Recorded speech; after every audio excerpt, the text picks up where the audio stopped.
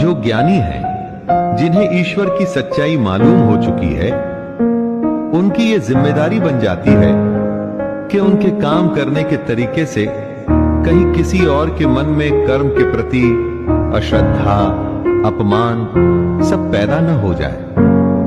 आप किसी ज्ञानी को देख ये सोच सकते हैं कि वो कुछ करते ही नहीं, तो मैं भी ना करूं। इसलिए ये उन ज्ञानियों, महापुरुषों के लिए जरूरी है कि वो ऐसा उदाहरण सामने रखें जिससे हर कोई अपना कर्म, अपना कर्तव्य करने के लिए प्रेरित हो।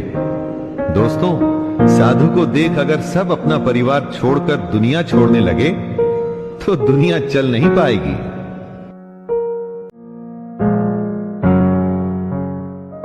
इंसान की एक प्रकृति होती है, एक नेचर होता है। अपनी उस प्रकृति के अनुसार ही वो कर्म करता है। हर कर्म उस प्रकृति के गुण के हिसाब से ही होता है। जिसके अंदर घमंड भरा होता है वो ये सोचता है कि मैं करता हूं, मतलब कि करने वाला वो है। ऐसा सोचने वाले को अज्ञानी कहा गया है। आप जो भी काम करते हैं उस काम को करवाने वाली आपकी प्रकृति है, उस प्रकृति के गुण हैं। कितनी ही बार ऐसा होता होगा कि गुस्से में आप कुछ ऐसा कर जाते हैं जो आप नहीं करना चाहते थे। वो आपका क्रोध आपसे करवा देता है। सोचिए और समझने की कोशिश करिए कि आपकी प्रकृति क्या है।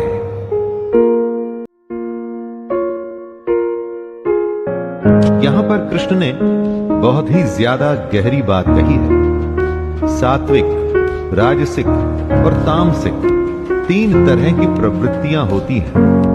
फिर उनके गुण विभाग और कर्म विभाग होते हैं। इस तरह से समझ लीजिए कि अलग अलग नेचर के एट्रीब्यूट्स होते हैं।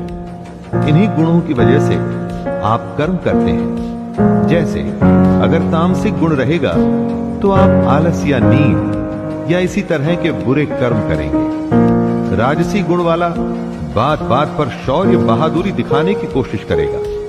जो ज्ञानी होते हैं वो जानते हैं कि यही गुण उनसे कर्म करवा रहे हैं। और जो ज्ञानी नहीं होते, हम जैसे ज्यादातर लोग, वो समझते हैं सब कुछ वो ही कर रहे हैं।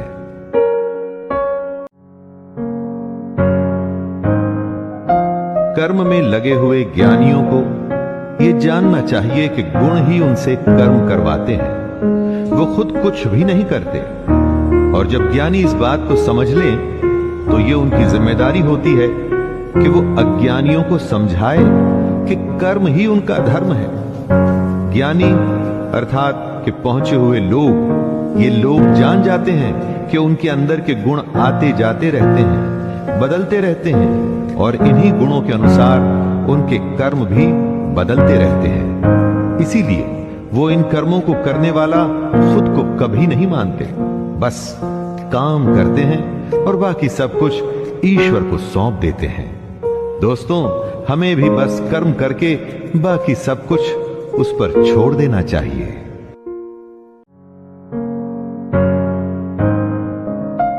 कि तू मुझ अंतर्यामी परमात्मा में अपने सारे कर्मों को अर्पण कर दे।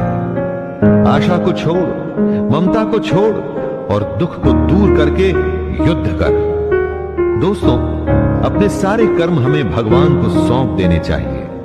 कोई आशा नहीं, ममता नहीं और कोई दुख नहीं, कुछ भी भाव नहीं होना चाहिए। तू जा, बस युद्ध कर। इसी को आप फॉर्मूला मान लीजिए सफलता का। जी हां, सफलता का।